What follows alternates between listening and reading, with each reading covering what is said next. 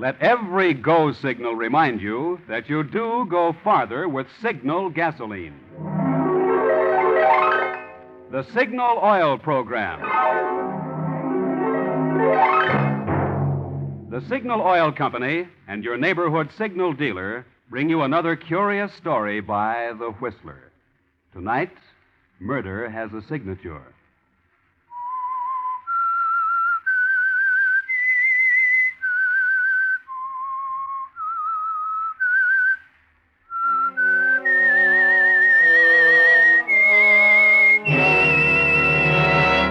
I am the Whistler, and I know many things, for I walk by night. I know many strange tales, many secrets hidden in the hearts of men and women who have stepped into the shadows. Presently I'll tell you of nameless terrors of which they dare not speak.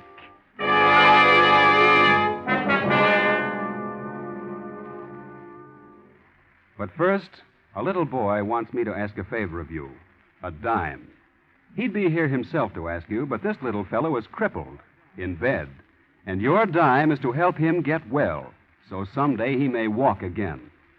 You see, he's one of the 19,000 Americans, mostly children, who were stricken last year by infantile paralysis. Few homes can afford the long, costly care required by this dread disease. But thanks to the dimes contributed through last year's March of Dimes campaign, sponsored by President Roosevelt, more and more victims of infantile paralysis will walk again. Today starts the nationwide 1945 drive to replenish this important fund. It's your opportunity to do what you can to control this crippling disease, which, but for the hand of Providence, might have stopped at your home. Send your dime or more, if you can, to President Roosevelt or your local chapter of the March of Dimes. Don't put it off. The need is now. And now, The Whistler.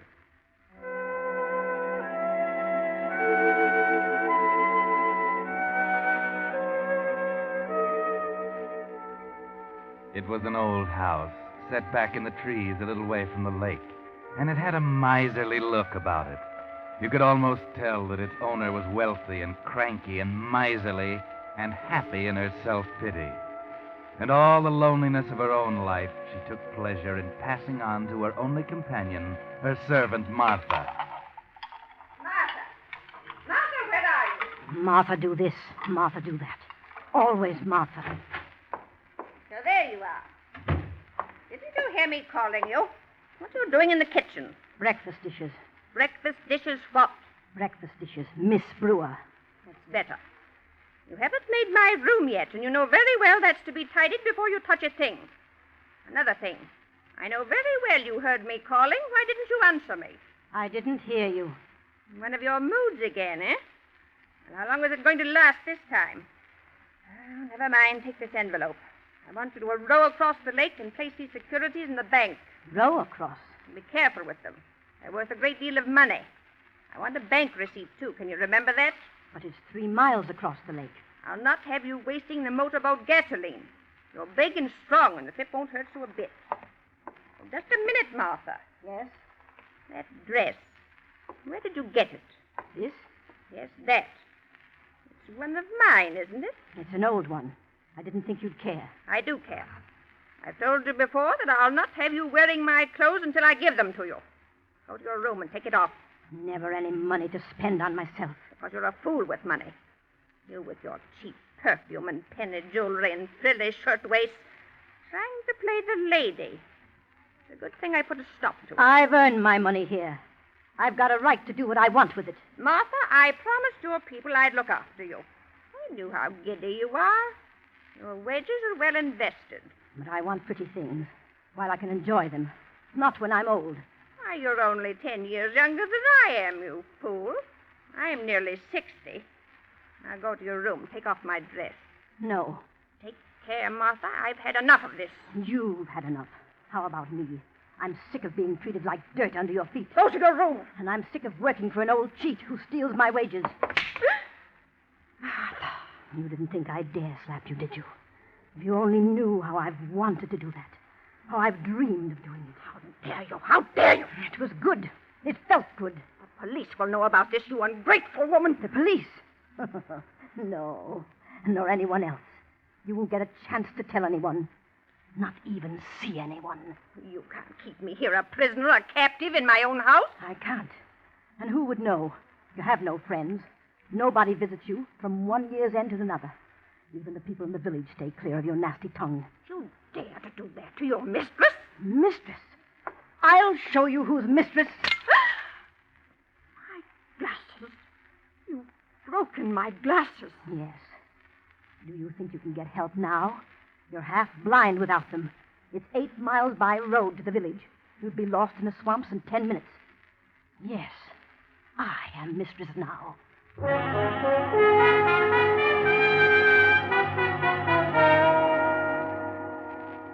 Well, at long last, Martha, you've summoned up the courage to do what you've wanted to do for so many years.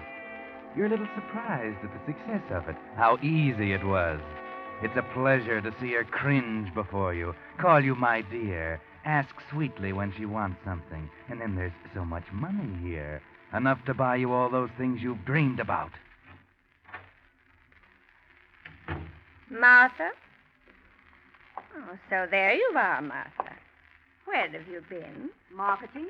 Where do you think? Well, you've been so long, and it's cold in this room. Oh, so cold. Might have left the fire for me, Martha. Do be considerate, my dear. Considerate? When were you ever considerate of me? My back used to ache from breakfast to bedtime, and a lot you cared. Oh, it's different now, isn't it? Oh, it's cold, Martha. Well, wait till I get my things off and I'll make tea.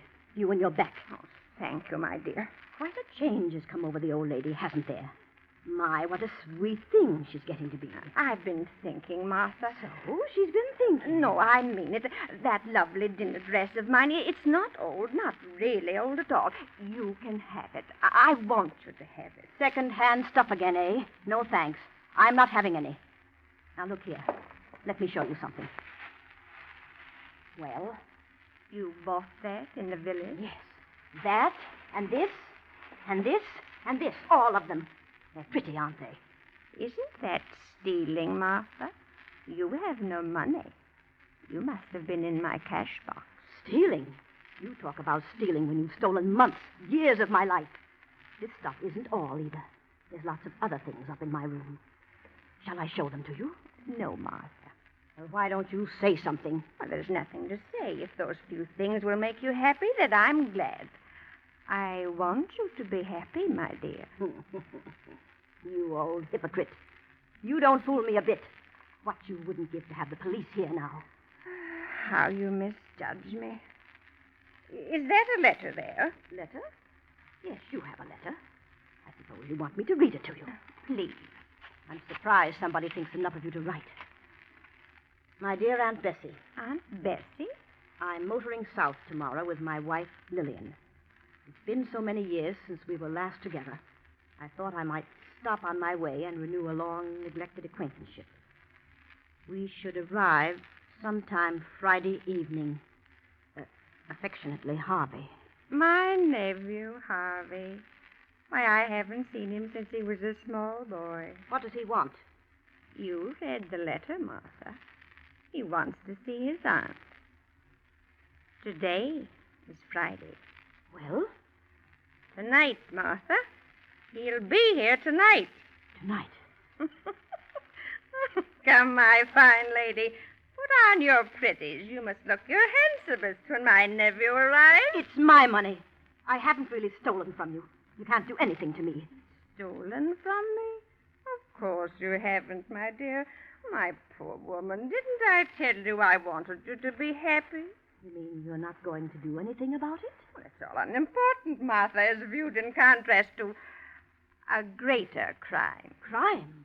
What crime? Kidnapping, Martha. Kidnapping? You held me against my will for the purpose of obtaining money. And that, under the law, constitutes kidnapping. You've held me in my own home makes not the slightest difference. I didn't hold you. I didn't. You know the penalty, Martha? You're trying to scare me. Death, Martha. No, you can't. Your nephew. I'll explain to him. Come, my dear, it was inevitable, you know. Don't look so unhappy. It isn't often I have guests, my dear. Fill the sherry decanters on the sideboard. Bring out the linens, the brewer's silver. For tonight, I entertain. You can't. I won't let you. Too late, my dear. Imagine my nephew wanting to visit me after all this time. Ironical, isn't it? 18 years. 18 years. Then he wouldn't know you. Recognize you, would he? Well, perhaps not. He could scarcely be expected to, I suppose, but... Martha, what are you thinking? Nothing, Miss Brewer. Nothing at all.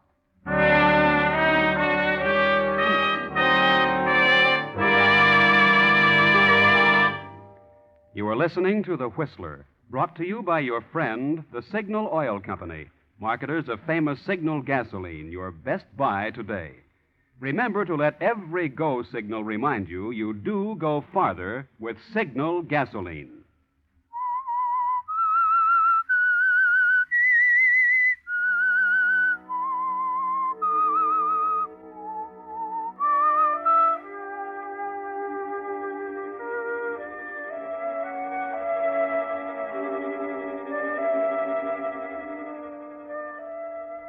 Well, the situation is a little more serious than Martha ever dreamed it might be, isn't it? Old Miss Brewer's nephew coming, and you, Martha, threatened with prison or worse. And there's not much to do about it. Or is there? Harvey will be here soon. Even now, he and his wife are driving over the muddy road up to the house. Look. Look, Harvey. Is that it through the trees? Must be. It's the only house we've seen for miles. And there's a light in the window. Oh, thank goodness. This is the loneliest, most dismal place I've ever... and that wind. Looks like rain. At least we beat that. I only hope she lets us in. What do you mean? Why shouldn't she let us in? Oh, I don't know, but she's a nutty old dame. I gather she doesn't think too much of me. I used to write her once in a while when I was younger, but she never once answered a letter. Well, then if you haven't even heard from her for 18 years, why should she be the guardian of your money? Well, after all, she's my only living relative, and I'm hers. Okay, here we are. I'll pull in under this tree. Not too far from the porch. It's starting to rain. Okay, Lillian, you run for it. I'll bring the bags. Well, hurry up. You'll get wet. There's no bell, Harv. Never mind. That wind. Feel how the house shakes. It's old, you can see that. Hey, listen. Yeah, somebody's coming. Did you close the windows in the car? Yeah, I did. Well, please knock again, Harv. I'm cold. Well, I tell you, I heard somebody. Yes? Well, how do you do? I'm Harvey Brewer. I know. Come in. Oh, thanks. Thank you. Follow me. This must be it, Harv. In here, please. Look, Harv, a fire. Doesn't it look wonderful? Wonderful. It's heaven. Thought I never would get warm again. I suppose I can leave the bags here for the time being. That'll be all right, won't it, miss? What do you want here? What? Oh, of course. Please tell Miss Brewer that her nephew and his wife are here. Her nephew, Harvey. I'm Miss Brewer. You? What's the matter? Naturally. How stupid of me. I should have known. I'm sorry, frightfully sorry. This is my wife, Lillian. How do you do, Miss Brewer? Why have you come? Why? Well, to see you, to pay you a visit. After all, you are my aunt, you know. Well, I must say I'd hardly expected this reception. What did you expect? Really, my dear Aunt Bessie. If I may call you Aunt Bessie. You may not. You're not wanted here. Sorry, I only thought that after all these years... I'm quite satisfied not to have any visitors. I want to be alone. Surely you don't mean that you'd turn us out on a night like this after we've come all this way. I didn't ask you to come. But now you're asking us to leave. Is that it? Well, as long as we understand each other now, we might as well settle our business now. Lillian. Business? What business? Go on. Tell her, Harvey. Well, it's about my money. I want it, Aunt Bessie. Money? You came here for money? I didn't think it'd be necessary to have to come to the point so abruptly, but yes, I need money. I must have money. No, I I can't give you any. But after all, Aunt Bessie, it's my money, you know. You're simply holding it in trust for me. I know it's not due for another year, but the fact of the matter is I'm broke and I need it now. What's that got to do with me? It can't make any possible difference to you whether you pay it now or a year from now. And it makes a great deal of difference to me. How much is it? How much? You know very well how much it is, Miss Brewer. 10,000. I can't remember everything. I'm not well at all. You've got me all upset coming here. Oh, I'm sorry, Aunt Bessie. We didn't want to disturb you. Look, just write a check and we'll be gone. A check? Yes. I can't write you a check. I haven't got that much money in the bank. No, and I won't have either for a week, a couple of weeks. Not for 2 weeks, huh? We can wait, Harvey. Wait here? You can't wait here. We're broke, Aunt Bessie. Look, we're really broke. We've no other place to go, not even enough gas to get there if we did. Tonight, then. Tonight's as long as you can stay. Do you hear? I'll give you some cash tomorrow, and then you've got to go. I can write you a check. Are securities any good to you? Securities? Your securities? Yes, of course they are. You really mean this, Aunt Bessie? Wait. Well, it's a worthwhile trip, Harv. Wait a minute, Lillian. There might be enough here. Enough? Well, I should say there is. Yes. Yes, of course. Here. Take these two. What? They're marked $5,000 each. They're bank stock. Really, Aunt Bessie, this is awfully good of you. I can't begin to tell you how grateful I am. They'll have to be endorsed. Made over to you, you know, Harvey. Oh, naturally. Do you mind, Aunt Bessie? Look, here's a pen. Endorsed? Yeah, of course, just sign your name, Bess Brewer, on the back. And give me the pen. Here you are. As if you didn't know. There. You both leave early in the morning. Gladly. Believe me, gladly. And that's the last cent you'll get. If you ever come here again, ask me for more, I'll disinherit you. Yes, that's what I'll do. Now I'll show you to your room.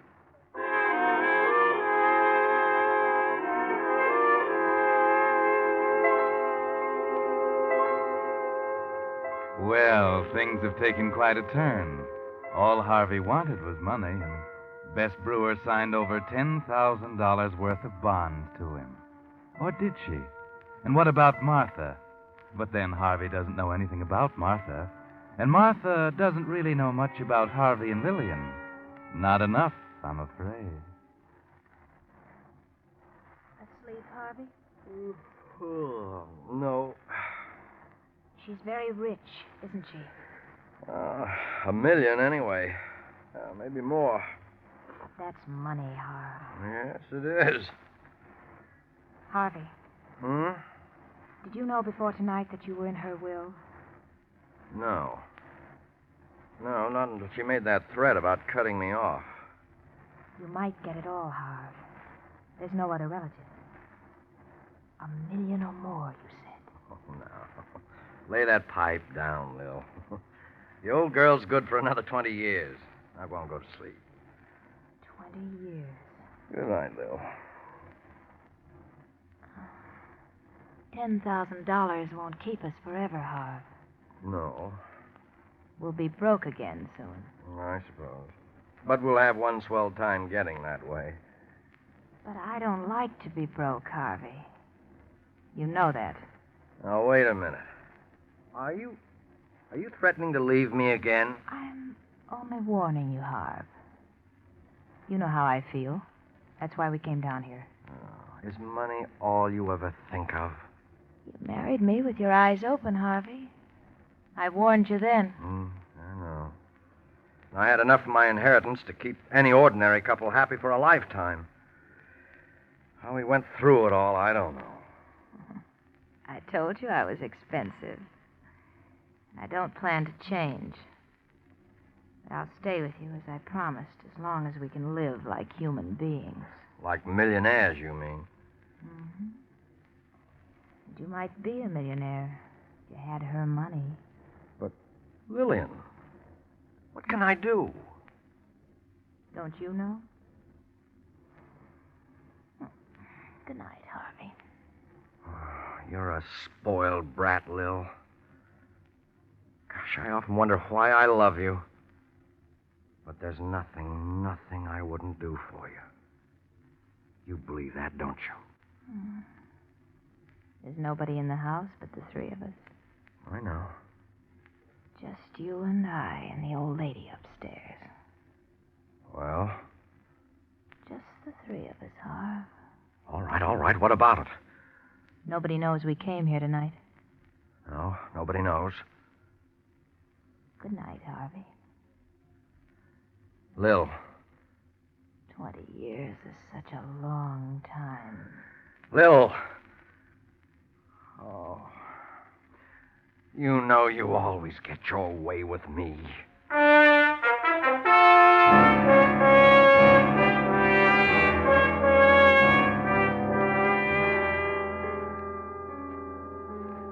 Yes, she always gets her way with you, doesn't she, Harvey? And so you didn't get much sleep that night, did you? There was too much to do. And you had to get away too early in the dark, rain or no rain. Back in the city, you think it over and try to figure if you've forgotten anything. And you wait for the news. Uh-huh. Well, it's in the paper. Already? Found her floating in the lake. They're not sure whether it's suicide or just what it is. Come on, read it. No picture? Not important enough for the city newspapers. Too far away to rate the front page. Well, what do you think? We're all right. Yeah. There's not a thing to connect us. Not a wrinkle left in the bed, not a fingerprint I didn't wipe off. We're all right. I found that letter that we wrote to her. We just simply weren't there Friday, Lil. Well, that's that. What about the securities? No, nothing doing. I tried again, but the banks won't touch them without her lawyer's endorsement. But it'll be a year or more before they settle her estate. I know. What are we going to live on in the meantime? Certainly her lawyer will verify her signature. I don't like it, Lil. All we have to remember is that we weren't there Friday. It was a month earlier when she paid you off. He'll never know. How could he know? I tell you, we're all right.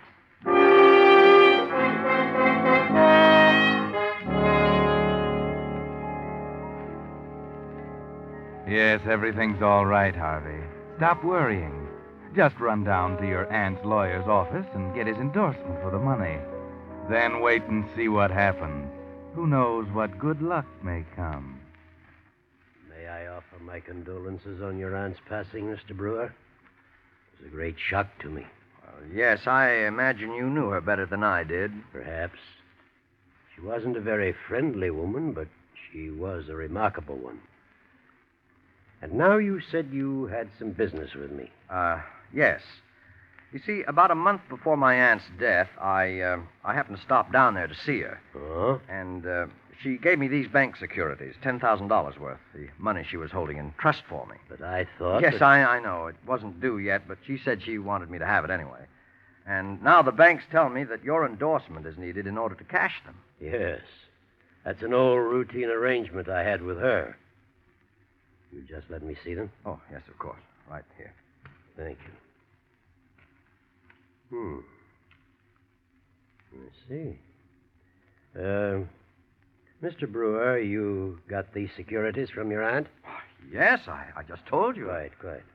And this is her signature. That's right, as you can see.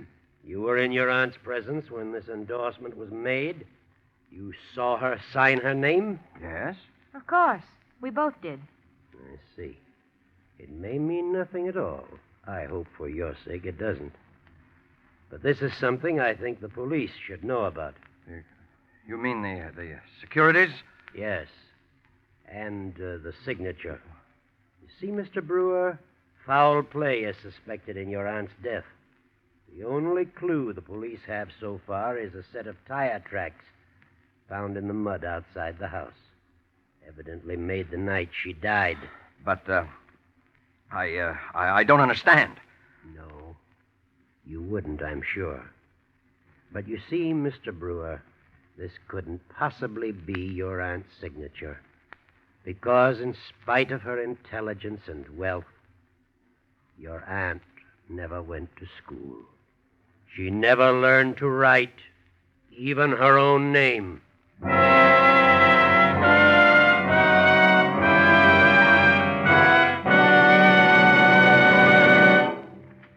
Whistler will return in just a moment with a strange ending to tonight's story. Meantime, here's a gas-stretching tip 9 out of 10 drivers don't know about. Actual tests prove that by keeping your motor in better condition, Signal 4-Star Motor Oil not only assures longer motor life, but also helps gasoline go farther. You see, solvent refining, the latest, most costly process known to oil engineers, gives Signal 4-Star Motor Oil 7-way protection. Its pure paraffin base is the finest lubricant money can buy. Its triple-strength film clings to running parts and stands up longer. In coldest winter, it flows freely, yet retains its body when your motor's hot. Because of solvent refining, Signal 4-Star Motor Oil forms less carbon, keeps your motor cleaner, smoother, getting maximum power from every rationed drop of gasoline. So you profit in 2 ways: in longer motor life and longer gasoline mileage when your car's protected by Signal 4-Star Motor Oil.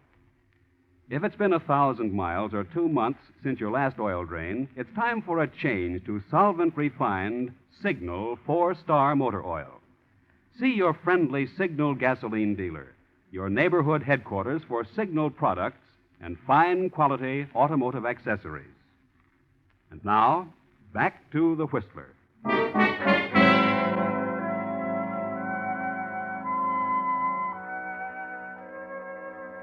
So Harvey had nothing to worry about. Nothing but the electric chair. And Lillian, who had to have money to live like a human being, will spend the rest of her life behind bars. Yes, the tire tracks convicted them, of course. That was one clue they overlooked, and it was enough to prove that they were there that rainy night. If only you hadn't tried to cash those securities, Harvey. The securities that first pointed suspicion at you. Now they'll hang you for the wrong murder, Harvey. They'll hang you for your aunt's murder, when actually you killed Martha, the housekeeper, and dumped her body in the lake. Yes, but they haven't found her body yet, Harvey. Martha was the one who killed Aunt Bessie and threw her body in the lake.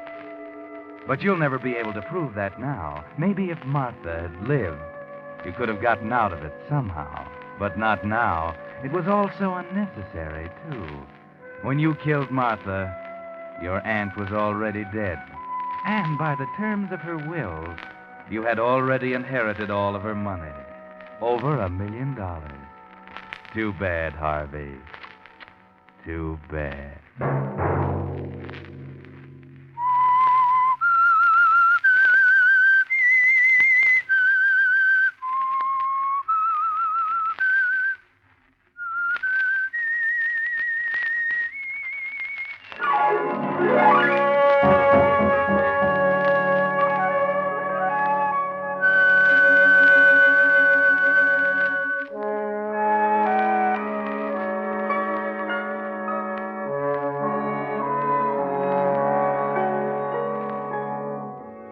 Next Monday at 9 o'clock, the Signal Oil program will bring you another strange tale by the Whistler. The Signal Oil program is broadcast for your entertainment by the Signal Oil Company, marketers of Signal's famous Go Farther gasoline and motor oil, and by your neighborhood Signal Oil dealer, who is at your service daily to keep your car running for the duration.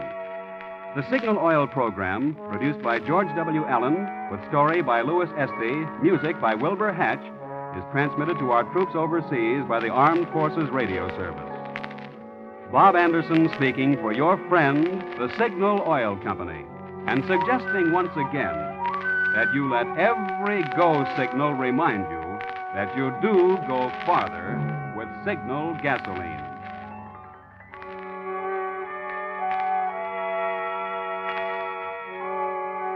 This is CBS, the Columbia Broadcasting System.